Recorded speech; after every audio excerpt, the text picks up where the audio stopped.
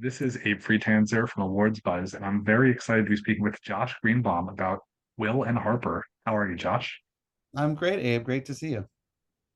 You too. I had the chance to see this at Sundance and was happy to all of a sudden hear that it was coming to Netflix some months later. So I'm curious for you about the journey of making this film. How did you become involved in the very first place? Yeah. Well, I'm glad you were there at Sundance. That was our my favorite screening that I think I've ever had in my career. Film really began obviously with Will receiving a letter from Harper that his friend of 30 years was transitioning, and she um, was lamenting the fact that she could no longer felt no longer comfortable doing these cross country road trips that she used to love to do before she transitioned. And Will had this idea of, why don't I fly to New York and accompany you on your first trip ever, and I'll be there by your side. But more importantly, we can take this time together to figure out what this change means to us and our friendship and our relationship. And so that was the start of the idea for the trip. But then the idea for the documentary, I think, came shortly thereafter. I think both Will and Harper thought, oh, maybe this would be worthy of documenting. And I actually had a relationship with both of them prior. So I work in both documentary and narrative. This is my fourth doc feature, but I've also made a couple narrative features, and that's how I know Will. Will was a producer of my first narrative feature, Barb and Star Go to Vista Del Mar, co-written and starring the lovely Kristen Wiig, who makes an appearance, as you know, in Will and Harper. And I actually met, so that, I met Will on that 8 something years ago, maybe a little longer. I then cast him in another narrative feature that I made. And I met Harper around the same time because she came in and gave punch up notes on the script for Barb and Star. And so I knew them both. And I think that was a huge, important factor in who might be the right director for this, not just because I make documentaries that I know they both really liked.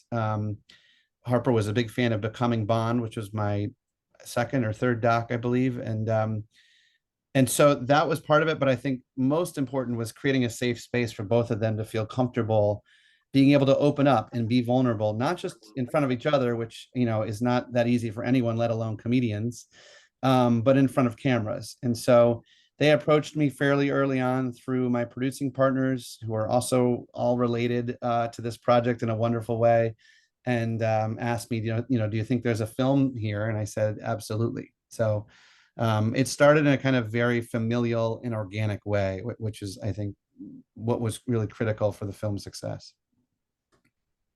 I've taken a number of cross-country road trips, which I've enjoyed very much, but I have never tried to make a film on one of them.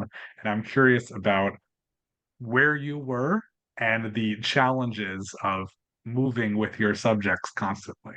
Sure.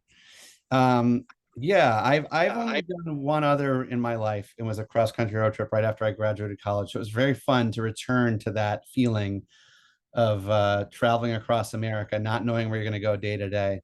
But step one for me was trying to keep the crew as small as possible, just so that, for two things: one, to make sure it stayed intimate and stayed this safe space that I was just talking about for both of them, but also is at a practical level is important that we were quite nimble and able on any given day. If Will and Harper had an idea of, ooh, let's go here, let's go, go-kart racing, or let's check out this dive bar, we were able to just kind of pop off and jump into verite mode, out of our filming mode on the car. So that was sort of step one, was keeping the crew small. And then, yeah, in terms of filming, along the way, we had essentially three vehicles. We have the vehicle that you see in the film, which is Harper's car, the Grand Cherokee. And then we would mount two cameras on the hood of her car. And maybe we can put in this Zoom, I can send you some photos. You can see what it looks like from behind the scenes. But I mounted we just ratchet strapped a camera down to the hood. And that was a locked off two shot right through the front windshield, which is I think, a very iconic, sort of still and frame for a road trip movie. You think of Thelma and Louise, you think of kind of these classic images of.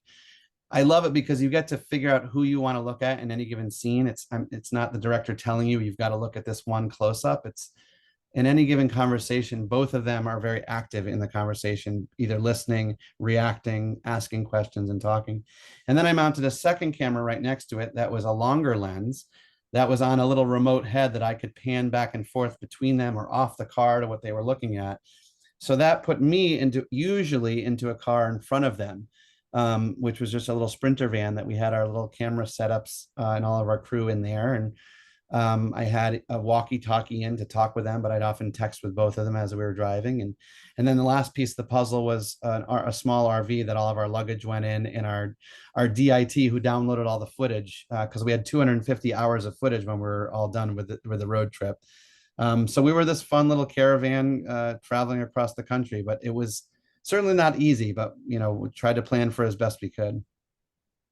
Is this the recommended setup for the road movie genre, or you have advice for those who explore future projects like this? I mean, for a road movie documentary, I think so. I'm not sure what we did is quote unquote legal. I've had a lot of people work in the narrative side of things be like, oh, did you have him on a process trailer? Did you have him, the way normally you make a driving scene in a film, the car is being operated by someone else and the cameras, there's a huge bed that the car is on and none of it's actually real. Well, this was real. They drove all 3,500 miles. So I think it's probably the right setup. I mean, I also studied films like Nomadland, and even had meetings with the wonderful DP of that, Josh, and he gave me some thoughts and advice on how he shot that. And but yeah, I think it's about right. Of course, we then pop the cameras off the hood, and then we would put them in the back seat and shoot French overs. And just most important to me was capturing the style and the aesthetic that represented their relationship, right? So, and beyond that, like Harper has a very unique view of America. She finds the beauty in the mundane. She finds the beauty in the quote unquote ugly. I think she likes to go to these small downtrodden towns because she finds beauty in them. And so a lot of the decisions I made from a camera perspective were how do I capture her version of America and how do I capture the feeling and essence of their relationship? So there's choices like I use cinematic prime lenses and these old Cook anamorphic lenses that have a ton of character and aberrations, and they're soft and they have a vintage kind of nostalgic look to them. And then when we got out of the car, instead of using traditional handheld movement, which is what I usually do in my documentaries, I really wanted to capture the grace and beauty of their friendship, their relationship, of this very one long continuous conversation that they're having across the country.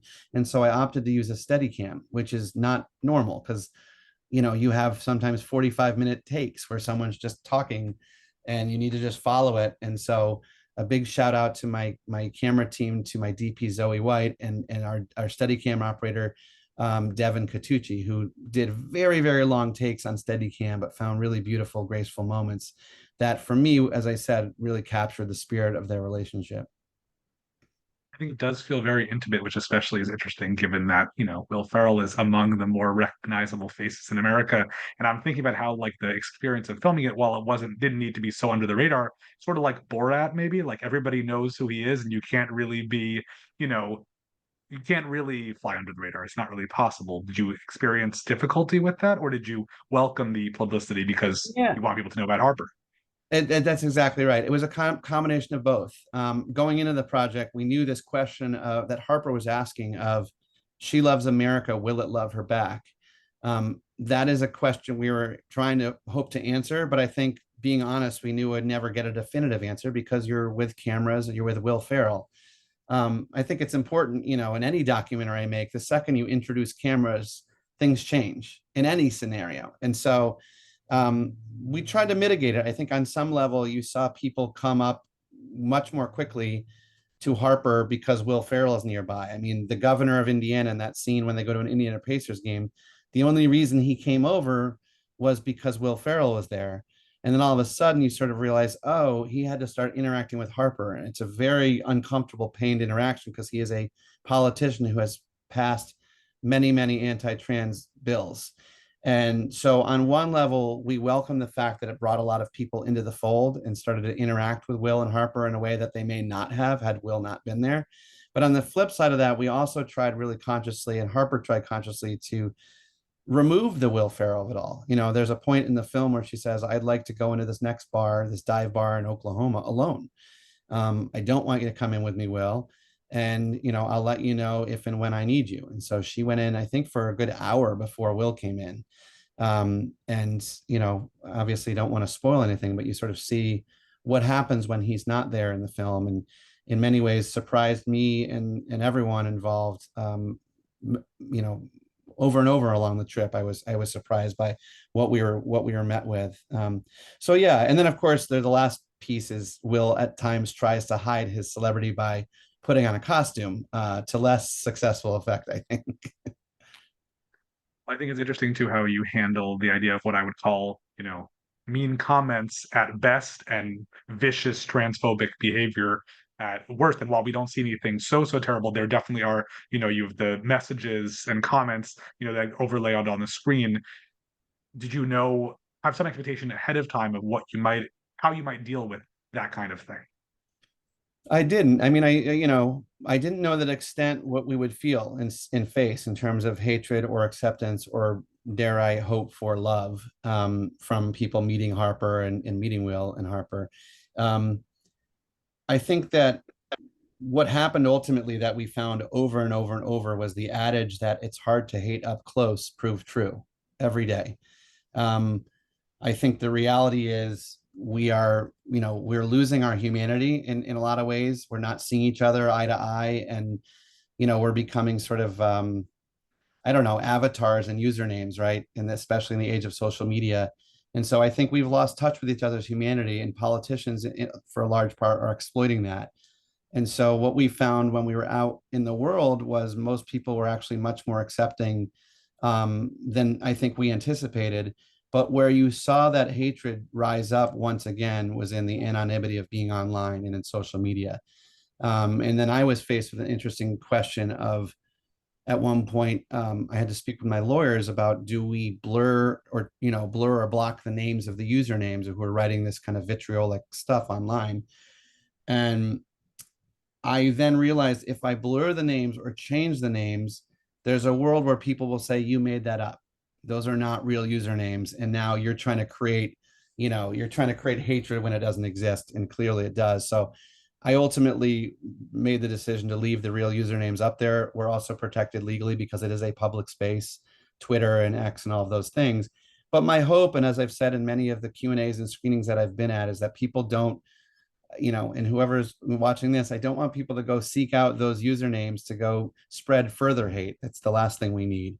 But what I do hope is that those people who chose to write such hateful things have a reckoning and watch this film and say, what drove me to write such hateful things about someone I've never met?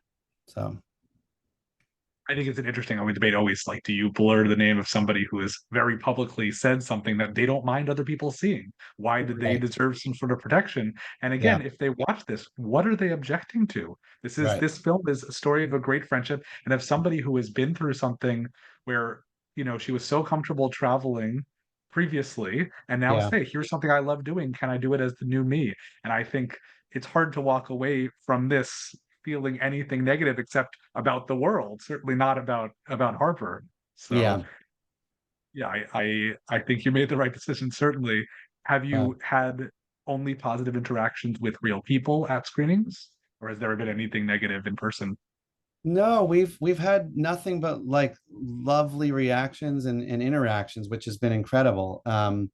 I think, part of what was so critical for me in terms of like taking that 250 hours of footage and figure out what to shape it into, certainly was just getting it down to a reasonable length. Because the first cut I had was with my editor, Monique Zavastowski, was 5 hours long. And I was like, this is really good. And of course, way too long of a film. But the more important one was tone. And what I kept going back to was this expression that I love, which is that laughter is the shortest distance between two people. I'm a huge believer in that. And what that was that's certainly the love language of Will and Harper. I think that's how they connect. That's how they connected 30 years ago when they first met at Saturday Night Live. But for me, more importantly, was, how will this film connect with audiences? How can I get people to engage in maybe a subject matter that they don't think they want to engage with, or that they think they're dead set on their opinions about the trans community? And I think comedy and laughter is such a welcome way in, and an easy on ramp for people. And Will Ferrell is admittedly an easy on ramp into this topic for a lot of people. So What's been lovely is I've had so much love from the queer LGBTQ trans community who has felt seen and represented and centered in this story. But on the flip side, I've really interacted with a lot of people who have admitted to me that they had, very limited knowledge and maybe, biased views on what the media and politicians have been telling them about the trans community. And, the truth is, GLAAD has a statistic that it's I think the number's gone down since, but that 70% of people don't directly know or think they directly know a trans person. So it's this unknown. And for whatever reason, we as human beings are very scared of the unknown. And what I love about our story and our film is that when you watch it, well, if you didn't know a trans person, now you do. You know Harper, and she's fantastic. So it's been a wonderful journey for, I think, all of us involved, and certainly Harper. I mean, going to the screenings, and when we bring her out on stage, there's these sort of standing ovations, and it's such a joy to see. And she's really continuing to grow, and that's really a joy for me, both as a subject in my film, but as I mentioned earlier, as a friend of mine, to get to see someone kind of grow and find their self-love in a way that's really profound. I see a lot of films at festivals that either are already acquired by Netflix or are then get acquired by Netflix, and there's a slight disappointment in like people have to see this on the big screen. And I think while this is obviously a cinematic road trip, I think this is a perfect film for Netflix because it means it's getting out there so much more. And people are like, oh, let's watch the new Will Ferrell movie. Let's see what that comedy is about. How do you feel about the fact that most people, at least now, are going to see this at home? Oh, yeah, I'm thrilled by it. I mean, yes, I shot it in a way that in the music and the score and the soundtrack, and I still love the theatrical experience of shutting your phone off, shutting the world off, and being in a theater, hopefully with other people, and experience something communal. So, as you experienced at Sundance, I love that. But most importantly to me, particularly with this project specifically, was the reach. And we were so grateful. We made it independently, took it to Sundance, hoping to find a distributor, and couldn't be more thrilled to be partnered with Netflix, who, ironically, or if that's the right use of it, I feel like I've lost all sense of it since Alanis Morissette's song, but um, was the distributor of my very first documentary. I made a film about 10 or 11 years ago called The Short Game that premiered at South by, and it was Netflix's first ever original film and their first ever original doc as well. So it feels like a wonderful return to be back with them, and yeah, to have the reach that they have and the way they've rolled the film out has been incredible. And just knowing that we're not just in so many households here in America where it matters most to me, but we're in households across the world where this conversation and this dialogue and this debate, which should not be a debate, is happening in a lot of different countries. So I'm really thrilled and grateful that we're partnered with them, and it's been amazing to see just also the reach. I mean, I'm getting so many people from my life who have reached out, who I haven't heard from in decades, who have seen the film on Netflix and are reaching out. So very, very grateful for that relationship. Really great. Well, I always like to ask the people I'm talking to, because this is awards buzz, what are some other films, shows, performances, in your case, maybe documentaries that you've seen recently that are particularly awards worthy and may in fact be your competition at a lot of the award shows coming up? Oh, there's so many this year. It's like I love every doc I've seen. Yeah, I mean, and I've now gotten to meet, because I've never not been even though I've made 4 docs, this is the first one that's been in the kind of the awards conversation. So I'm going to all these events and getting to meet all these fellow directors, and having a blast. I mean, just I've been a fan of Morgan Neville's forever, and had a really fun time watching his very audacious piece by piece. And at Sundance, I was in line for some doc welcome dinner, and we were out in cold waiting for an hour and a half, and I struck up this conversation with this wonderful woman who is Shiori Ito, and so got to see, was at her premiere of Black Box Diaries, which is a very powerful, beautiful film. I've gotten to be very friendly with Julian and Emily of Sugarcane, which is fantastic. And I mean, the list goes on and on and on. I feel like every film I've seen, Daughters is brilliant. God, it's hard to. I'm sure I'm leaving some out. The Superman film is fantastic. Um, yeah, it feels like I feel very, very honored to be even considered in this group of films. And there's still a few I know I've got to watch, and I'm in the middle of production on a new doc as well and a new film. So I've been very, very busy, but it's quite a year. Feel very, very honored to be a part of it. Great. Can you say anything more about what you're currently doing? I can, yeah. I'm in production on a new documentary that is a look at the world of comedians playing the president. It's tentatively titled Playing POTUS. So very much in my wheelhouse of, talking with, I've made a documentary in the past with Dana Carvey. And so interviewing him and Chevy Chase and Will Ferrell, of course, his famous George W. Interesting twist of events, though, interviewed Maya Rudolph a few weeks ago, thinking that the world was going to go one direction, which it did not. Which has been really kind of interesting for me because I think Will and Harper has taken on a totally new meaning for me as well as Will and Harper since the election. Um, I think just realizing like the reality that we've got a soon to be president who spent over $215 million on campaign ads that target trans people. And he and his supporters have unfortunately regularly gone after the trans community and spread hate and division in general. As well as the last time he was in office, there was the statistic that hate crime spiked 20%. It's just like, oh, the importance of a film like ours and others, but the importance you all of a sudden realize, oh, we need this. We desperately need this. I think when our leaders don't set the moral tone, it's up to us to step in. And however we can do that, if it's a film or whatever our platform is. So that's been, I know I came back to Will and Harper via the playing POTUS, but it's just like the election just has changed a lot for me, and I think a lot of us involved in our own film. So Well, I'm glad this film is out there, and I'm glad that it being on the award circuit means that more people will see it. And I exactly. am excited to see this playing POTUS, which I think will be certainly a different tone. But it sounds like, based on what you're telling me, gonna dig into some of the serious stuff too. Oh, for sure. Yeah, it's quite deep and profound and emotional from all the players involved, and I'm excited about it. So Well, I wish you plenty of luck with that. Thank you so much for your time, Josh. thanks, Abe. Great to talk with you.